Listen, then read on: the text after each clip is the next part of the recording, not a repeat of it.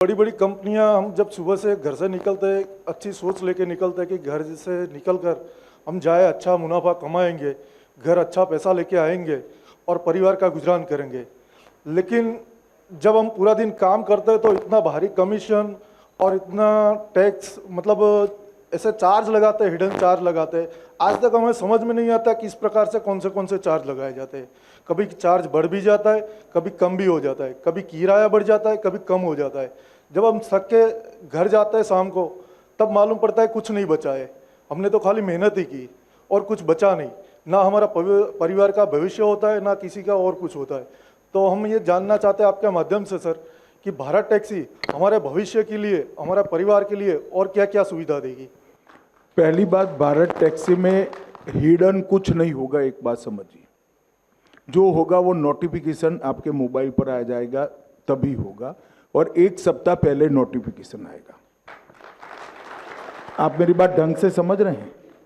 जो करेंगे एक सप्ताह पहले नोटिफिकेशन भेजकर करेंगे। आपकी मिनिमम वायबिलिटी पर किलोमीटर क्या होगी वो बेसलाइन बनाकर जो होगा उसके ऊपर होगा।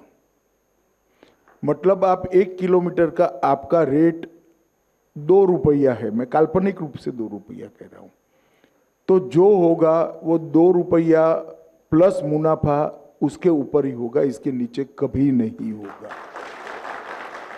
आप मेरी बात समझ रहे हैं? तो भारत टैक्सी काउंट करेगी कि ऑटो का मूल्य कितना, पेट्रोल कितना जलेगा और मिनिमम कितना कमाना चाहिए, ये सब मिलाकर एक बेस रेट होगा। इससे नीचे हम नहीं जाएंगे। हमारा लक्ष्य मुनाफा कमाना नहीं है। हमारा सारथी, हमारी कोऑपरेटिव का मालिक है, वो अपना घर अच्छे से चला पाए, वो है। तो सारी कंपनियों में क्यों तकलीफ आती है? उन्होंने बेस रेट ही तय नहीं किया है। ये सहकार टैक्सी का एक बार मैंने राज्यसभा में भाषण किया तो ये तीनों लोग मुझे बारी बारी मिलने आए थे कि मत करिए, नुकसानी का धंधा है वो।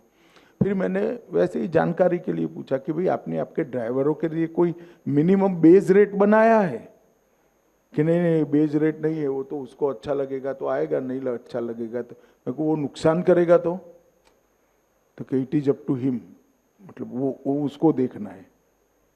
हम ऐसा नहीं करेंगे। जो बिजनेस करेंगे आपका मिनिमम मुनाफा होना चाहिए, इतना हो, और फिर जो ज्यादा मुनाफा होगा वो भी अंततोगत्वा तो घूमकर आपके पास में ही वापिस आना है।